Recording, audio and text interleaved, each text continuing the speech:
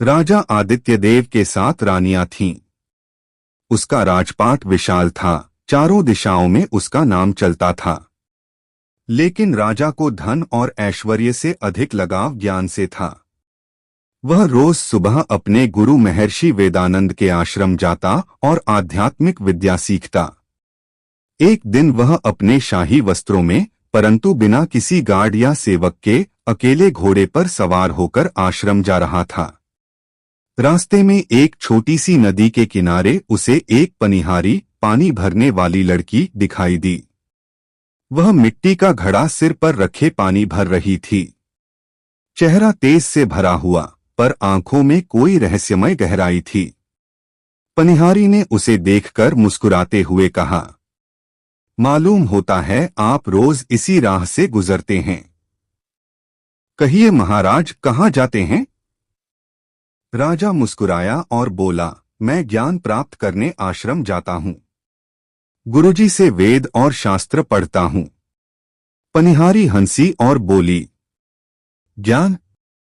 पर क्या आपने स्त्रीचरित्र पढ़ा है? राजा आदित्य ने हैरान होकर कहा, नहीं, ऐसा कोई ग्रंथ तो मैंने नहीं पढ़ा। पनिहारी फिर मुस्कुराई, तो फिर क्या लाभ है ऐसे ज्ञान का जो अधूरा है? राजा चौंक गया। पहली बार किसी ने उसे यूं टोका था। मन में प्रश्न उठा, आखिर ऐसा कौन सा ज्ञान है जिसमें मेरी जान तक चली जाए और जो अब तक मुझसे छिपा है? वह बिना कुछ कहे अपने घोड़े पर चढ़ा और तेजी से आश्रम की ओर निकल गया। गुरु महर्षि वेदानंद ने उसे आते ही देखा और पूछा, क्या बात है पुत्र? आज तुम विचलित क्यों दिख रहे हो? राजा ने गुस्से में कहा, गुरुदेव, आपने मुझे वेदशास्त्र, ज्योतिष, नीति सब पढ़ाया, पर वह ग्रंथ क्यों नहीं पढ़ाया जिसे स्त्रीचरित्र कहते हैं? क्या आप चाहते हैं कि मेरा ज्ञान अधूरा रहे? गुरु शांत स्वर में बोले, राजन, वह ग्रंथ बहुत गूढ़ और खतरनाक है। उसे पढ़ने वाले को यदि सावधानी न हो तो जान का भी संकट हो सकता है। राजा हंसा, गुरुदेव, मैं राजा हूं, मुझे डर कैसा? बस आप मुझे वह ज्ञान दीजिए। गुरु ने गहरी सांस ली और बोले, ठीक है पुत्र, जैसा तुम कहते हो वैसा ही होगा। पर याद रखना, इस ज्ञान के बाद तुम्हारे जीवन में जो घटेगा उसकी जिम्मेदारी तुम्हारी होगी। राजा ने प्रणाम किया। गुरु ने उसे पूरे 1 वर्ष तक स्त्रीचरित्र का गूढ़ ज्ञान सिखाया। 12वें महीने के अंत में गुरु बोले, राजन, अब तुम्हारी शिक्षा पूर्ण हुई, पर जाओ, इससे पहले यह जादुई सुपारी लो। जब इसे मुंह में रखोगे कोई तुम्हें पहचान नहीं पाएगा, पर तुम सबको पहचान सकोगे। यह वरदान है, पर सावधानी रखना। राजा ने आदरपूर्वक सुपारी ली और महर्षि से विदा ली। रात को ठीक 12 बजे वह अपने महल की पूर्व दिशा में जाकर खड़ा हो गया। उसने सुपारी मुंह में रखी और खुद को एक साधारण व्यक्ति के रूप में महसूस किया। अचानक उसने देखा, वही पनिहारी लड़की जिसके कारण यह सब शुरू हुआ था, मंदिर के पास बनी एक कुटिया में जा रही थी। राजा चुपचाप पीछे पीछे गया। कुटिया के अंदर एक साधु बैठा था, लंबी दाढ़ी, लाल आंखें और उसके चारों ओर धुएं का घेरा। जैसे ही लड़की अंदर गई, साधु गरजकर बोला, कहाँ रह गई थी तू? आने में इतनी देर क्यों? लड़की बोली, मेरा पति मुझे लेने आया था, इसलिए देर हो गई। उसे सुलाकर आई हूं। साधु गुस्से में बोला, जब अपने पति को नहीं छोड़ सकती तो मेरे पास क्यों आती है? लड़की बोली, नहीं स्वामी, मेरे जीवन में आप ही हैं, वही मेरे सच्चे आराध्य हैं। साधु बोला, यदि तू सच बोल रही है तो यह चाकू ले जाकर अपने पति का सिर काट कर ले आ। लड़की ने बिना हिचक के चाकू लिया और चली गई। राजा ने यह सब देखा तो उसकी आंखें फटी रह गईं। वह सोच भी नहीं सकता था कि कोई औरत इतनी निर्दयी हो सकती है। लड़की घर पहुंची, पति गहरी नींद में था। उसने एक झटके में उसका सिर काट दिया। फिर वह वही सिर लेकर साधु के पास आ गई। साधु ने सिर देखा, फिर हंस पड़ा और बोला, जो औरत 7 फेरे लेने के बाद अपने पति की नहीं हुई, वो मेरी क्या होगी? निकल जा यहां से। लड़की सन्न रह गई।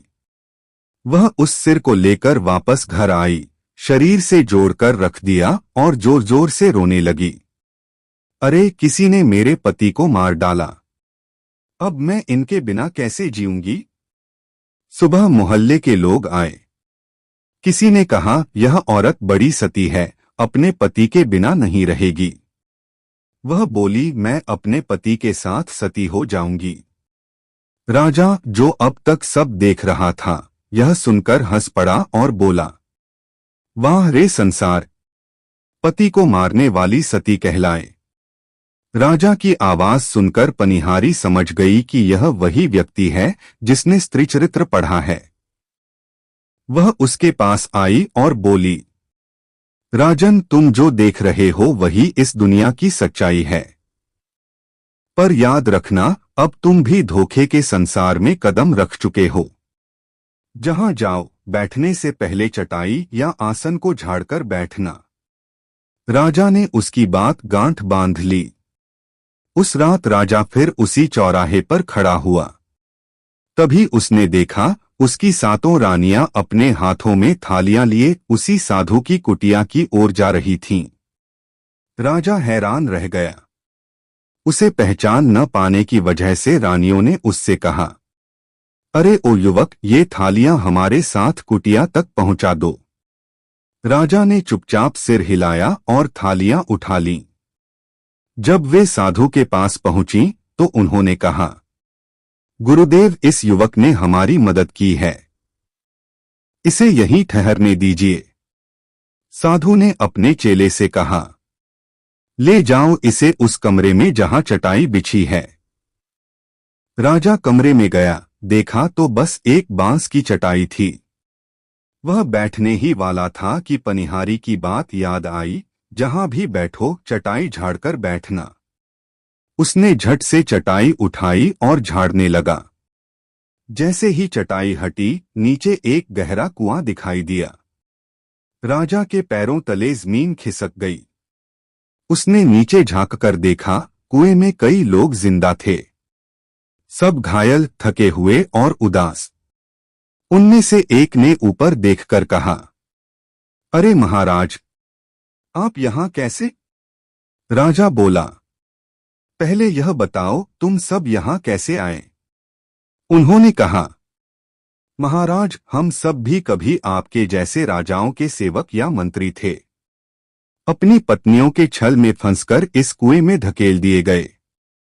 राजा के रोंगटे खड़े हो गए। वे बोले, राजन, जल्दी भाग जाइए, आपकी 7 रानियां अब आ रही होंगी। अगर आपको देख लिया तो मार डालेंगी। राजा ने तुरंत वहां से भागने की ठान ली। जैसे ही दरवाजे की ओर बढ़ा, साधु ने उसे देख लिया। वह गरजकर बोला, पकड़ो उसे, यह सबको बता देगा। रानियां और चेले सब उसके पीछे दौड़े। राजा बिजली की तरह भागा, पर वे पीछे पड़े थे। थोड़ी दूर पर एक नदी थी। राजा तैरना जानता था, उसने छलांग लगा दी। नदी गहरी थी, लहरें तेज थीं, पर उसने तैरकर पार कर ली। रानियां किनारे पर खड़ी रह गईं, क्योंकि वे तैरना नहीं जानती थीं। राजा जब दूसरी तरफ पहुंचा तो थककर हंस पड़ा। उसकी हंसी में राहत थी, पर उसी हंसी में उसके सोने के दांत चमक उठे। दूसरी ओर खड़ी रानियों ने वह चमक देख ली। वो नदी पार कर गया और उसके दांत सोने के हैं।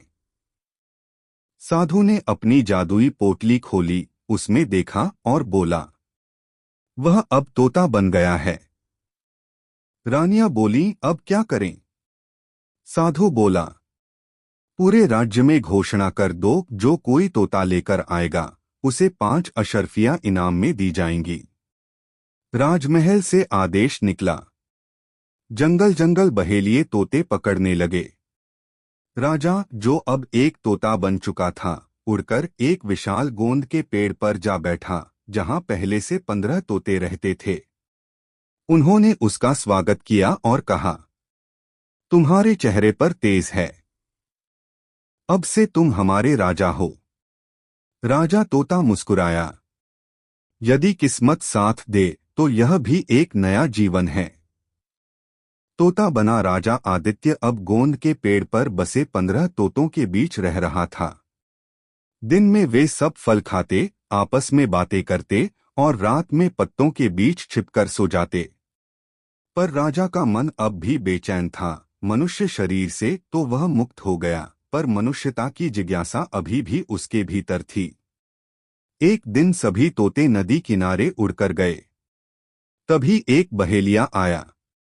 वह हर रोज यहाँ आकर जाल बिछाता था, पर आज उसके भाग्य में कुछ और लिखा था। उसने देखा पेड़ पर एक तोता बाकी सबसे अलग है। उसकी आंखों में तेज है, पर चालाकी भी है। बहेलिया मन ही मन बोला, यह तोता जरूर बोलता होगा, इसे पकड़ लूं तो अच्छा दाम मिलेगा। उसने धीरे से जाल फेंका। बाकी तोते तो उड़ गए, पर राजा तोता सोच में पड़ा रहा। अगर उड़ गया तो शायद मेरी असली कहानी कभी खत्म न होगी। शायद ईश्वर यही चाहता है कि अब मैं मानव रूप में लौटूं। उसी पल जाल उस पर गिरा और वह पकड़ा गया। बहेलिया उसे लेकर अपने गांव पहुंचा। उसकी पत्नी ने पूछा, इतनी देर क्यों लगाई? वह बोला, आज कुछ खास मिला है, देखो यह तोता बोलता है। पत्नी ने हंसकर कहा, तो बोलवा के दिखाओ। राजा तोता मुस्कुराया और बोला, पहले मुझे दाना पानी दो, फिर मैं बोलूंगा। पत्नी घबरा गई, अरे, यह तो सच में बोलता है। बहेलिया बोला, चलो इसे राजा के महल में ले चलते हैं, वहां अच्छे पैसे मिलेंगे। अगले दिन वह तोता लेकर राजधानी पहुंचा। राजमहल में घोषणा पहले से थी, जो कोई तोता लेकर आएगा उसे 5 अशर्फियां दी जाएंगी। दरबार में पहरेदारों ने बहेलिये को देखा और राजा अब साधु के वश में आए मंत्री से कहा, हुजूर, एक आदमी तोता लाया है। मंत्री ने देखा वही तोता। उसकी आंखों में वही चमक थी जो उसने पहले साधु की कुटिया में देखी थी। मंत्री ने कहा, इसे महल में रखो, रानी जी को पक्षी बहुत प्रिय हैं। बहेलिये को 5 अशर्फियां दी गईं और तोता रानियों के महल में पहुंचा दिया गया। राजा तोता अब उसी महल में था जहां कभी वह इंसान के रूप में राज करता था। किस्मत का खेल। सातों रानियां उसे देखकर बोलीं, अरे, यह तो बहुत सुंदर है, इसे सोने के पिंजरे में रखा जाए। तोता मुस्कुराया और धीरे से बोला, सोने का पिंजरा? जैसे तुम्हारे दिल हैं, बाहर से सोना, अंदर से पत्थर। रानियां चौंकीं, अरे, यह बोलता है। रानी रूपांजलि बोली, हमारे मनोरंजन के लिए इसे रोज बोलने को कहो। राजा तोता बोला, मैं हर दिन एक कहानी सुनाऊंगा, पर एक शर्त पर, जब तक मेरी कहानी पूरी न हो कोई सवाल नहीं पूछेगा। रानियां राजी हो गईं। अगली सुबह तोते ने कहना शुरू किया, एक बार एक राजा था जिसकी 7 रानियां थीं। रानियां ध्यान से सुनती रहीं, पर जल्द ही समझ गईं कि यह कहानी तो उनकी ही है। रूपांजलि ने धीरे से कहा, बहनों, यह तो सब कुछ जानता है। वह दौड़कर मंत्री के पास गई और बोली, वह तोता सब जानता है। शायद वह वही राजा है जो हमारे पति थे। मंत्री घबरा गया। वह भागकर साधु के पास गया और सारी बात बताई। साधु बोला, अभी कुछ मत करो, यह तोता यदि सच में वही राजा है तो वह अपनी नीति खुद पूरी करेगा। बस ध्यान रखना उसकी नजर राजकुमारी पर न पड़े। दरअसल साधु के मन में एक और चाल थी। वह राज्य की राजकुमारी राजा आदित्य की बेटी को अपने कब्जे में लेना चाहता था। उसका विश्वास था कि जब तक राजा जीवित भले तोते के रूप में ही क्यों न हो, उसकी शक्ति पूरी नहीं होगी। इधर राजकुमारी आर्या बहुत दयालु थी। हर सुबह वह महल के बगीचे में घूमने आती, फूल तोड़ती और पक्षियों को दाना डालती। एक दिन उसकी नजर उस पिंजरे पर पड़ी जिसमें तोता था। राजकुमारी ने मुस्कुराकर कहा, अरे प्यारे तोते, तू कैसा सुंदर है। क्या तू बोलता है? राजा तोता बोला, बोलता हूं पर सच्चाई बोलता हूं। राजकुमारी हंस पड़ी, तो सच्चाई ही बोल, मुझे झूठ पसंद नहीं। राजा तोता ने कहा, तो सुनो, तुम्हारे पिता जीवित हैं, पर एक साधु और तुम्हारी सौतेली माताओं के षड्यंत्र में फंसे हैं। राजकुमारी चौंक गई। क्या कह रहे हो तुम? मेरे पिता तो नदी में डूबकर मर गए थे। तोता बोला, नदी में तो उन्होंने छलांग लगाई थी पर मरे नहीं। वही मैं हूं, तुम्हारा पिता। राजकुमारी के पैरों तले जमीन खिसक गई। उसने पिंजरे का ताला खोला, तोता उसके कंधे पर आ बैठा। वह रो पड़ी, पिताजी, यह क्या रूप है आपका? तोता बोला, बेटी, यह कर्मों का खेल है, लेकिन अब समय आ गया है सच्चाई उजागर करने का। उस साधु का जादू तभी टूटेगा जब कोई निष्कपट हृदय मेरी राख को जल के साथ प्रवाहित करेगा। पर पहले मुझे यह रूप छोड़ना होगा। राजकुमारी बोली, तो क्या मैं आपकी मदद कर सकती हूं? तोता बोला, हाँ बेटी, कल रात चंद्रग्रहण है। उस समय साधु अपने तांत्रिक यज्ञ में व्यस्त रहेगा। तुम बस महल के उत्तर द्वार से बाहर जाओ, वहां एक पुराना पीपल का पेड़ है। उसके नीचे जो दीपक जल रहा होगा उसे बुझा देना। राजकुमारी ने वैसा ही करने की ठानी। अगली रात जब चंद्रग्रहण लगा, साधु ने अपने यज्ञ की तैयारी शुरू की। रानियां उसके साथ थीं। महल के सब लोग नींद में थे। राजकुमारी चुपके से उत्तर द्वार की ओर बढ़ी। रास्ते में अंधेरा था, लेकिन चांद की हल्की रोशनी में सब दिख रहा था। वह पेड़ के नीचे पहुंची। सचमुच वहां एक दीपक जल रहा था, जिसकी लौ नीली थी। उसने हाथ बढ़ाया और धीरे से दीपक बुझा दिया। जैसे ही लौ बुझी, साधु यज्ञ करते करते चीख पड़ा, नष्ट हो गया, मेरा तंत्र भंग हो गया। महल हिल गया, बिजली सी कौंधी और तोता अचानक धरती पर गिर पड़ा। राजकुमारी दौड़ी और उसे अपनी गोद में उठा लिया। तोते का शरीर कांपने लगा और पल भर में वह तोता नहीं बल्कि उसका असली पिता राजा आदित्यदेव वहां खड़ा था। राजकुमारी की आंखों से आंसू बह निकले। उसने झुककर पिता के चरण छुए। राजा ने कहा, बेटी, तेरे प्रेम और साहस से मैं पुनर्जन्म पाया हूं। महल में हाहाकार मच गया। साधु आग की लपटों में जलकर राख हो गया और सातों रानियां बेहोश होकर गिर पड़ी। सुबह जब राजा ने दरबार लगाया तो सारा राज्य एकत्र हुआ। राजा ने सबको सच्चाई बताई। स्त्री का चरित्र देवता सा भी हो सकता है और राक्षस सा भी। इसे परखने वाला ही सच्चा ज्ञानी होता है। मैं वही सबक लेकर लौटा हूं।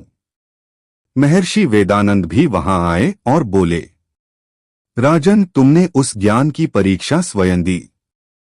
अब तुम सच्चे ज्ञानी कहलाने योग्य हो।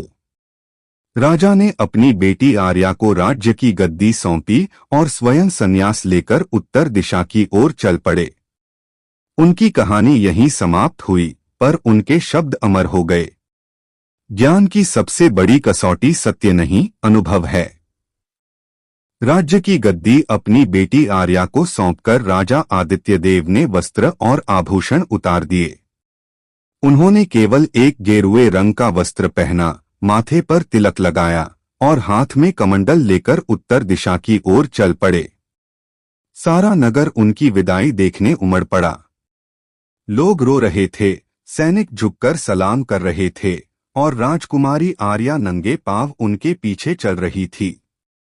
राजा ने कहा, बेटी, अब तेरा मार्ग तेरा है और मेरा मार्ग सत्य की खोज का। उन्होंने बेटी के सिर पर हाथ रखा, आशीर्वाद दिया और बोले, याद रखना, सिंहासन शक्ति नहीं, सेवा का प्रतीक होता है। इतना कहकर वे धीरे धीरे अरण्य की ओर बढ़ गए। संन्यास की राह। कई दिनों तक राजा आदित्यदेव ने कुछ नहीं खाया। वह जंगलों, पहाड़ों और घाटियों में घूमते रहे। कभी किसी नदी के किनारे ध्यान करते, कभी किसी वृक्ष के नीचे सो जाते। उनके भीतर का राजा अब साधक बन चुका था। एक दिन वह एक विशाल गुफा के पास पहुंचे। अंदर से मंत्रोच्चार की आवाज आ रही थी। उन्होंने देखा, एक वृद्ध ऋषि ध्यानमग्न बैठे हैं। राजा ने प्रणाम किया और कहा, महाराज, मैं सत्य की खोज में निकला हूं, मुझे ज्ञान दीजिए। ऋषि ने आंखें खोलीं और मुस्कुराते हुए बोले, राजन, सत्य कोई शब्द नहीं जो बोला जाए, यह अनुभूति है जो भीतर से जागे। राजा बोले, मुझे बताइए, मनुष्य सबसे बड़ी भूल क्या करता है? ऋषि बोले, वह दूसरों का न्याय करता है पर स्वयं को नहीं देखता। जैसे तुमने अपनी रानियों की परीक्षा ली थी। तुम सत्य के नहीं, अहंकार के पथ पर थे। राजा ने सिर झुका लिया। मुझे अपनी गलती का एहसास है, गुरुवर। ऋषि बोले, तो अब तुझे तप करना होगा। 3 वर्ष हिमालय की गुफा में मौन रहकर ध्यान करना। न बोलना, न सोचना, केवल मैं कौन हूं का ध्यान करना। राजा ने वचन दिया और उत्तर हिमालय की ओर प्रस्थान किया। हिमालय की घाटियों में बर्फ गिर रही थी। राजा ने एक छोटी गुफा में आश्रय लिया। वह रोज केवल थोड़ा जल पीते और ध्यान में लीन रहते। धीरे धीरे समय का बोध मिट गया। तीसरे वर्ष की अमावस्या को उन्होंने अनुभव किया कि शरीर और आत्मा अलग नहीं, सब कुछ एक ही ऊर्जा है। उन्होंने आंखें खोली तो सामने एक दिव्य प्रकाश था।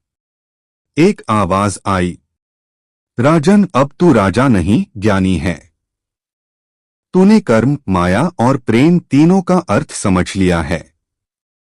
अब लौट जा, पर लौटकर राजा नहीं, मार्गदर्शक बन। राजा आदित्य ने प्रणाम किया और लौटने का निश्चय किया। 3 वर्ष बीत चुके थे। राज्य अब राजकुमारी आर्या के अधीन था। वह न्यायप्रिय, वीर और करुणामयी शासक बन चुकी थी। जब उन्हें पता चला कि पिता लौट रहे हैं, उन्होंने नगर सजाने का आदेश दिया। पर जब राजा आए तो उन्होंने कहा, मैं अब राजा नहीं, केवल आदित्य नाम का एक यात्री हूं। उन्होंने जनता के बीच रहना शुरू किया। वह सुबह सुबह गांवों में जाते, लोगों की बातें सुनते और सलाह देते। उनकी वाणी में इतना तेज था कि लोग उन्हें महर्षि आदित्य कहने लगे। एक दिन एक वृद्ध महिला आई, फटे कपड़े, हाथ में जल की लोटा। उसने कहा, महाराज, मैं पनिहारी हूं, रोज नदी से पानी लाती हूं, पर आज मेरा घड़ा टूट गया है। मुझे नया घड़ा लेने के पैसे नहीं। आदित्य मुस्कुराए और बोले, माता, घड़ा मिट्टी का होता है, लेकिन जल सदा रहता है। मिट्टी टूटे तो दुखी मत हो, जल की तरह बहते रहो। वृद्धा मुस्कुराई, आपके शब्दों से लगता है जैसे आप मेरे पुत्र हों। राजा बोले, हर मां का पुत्र हूं मैं।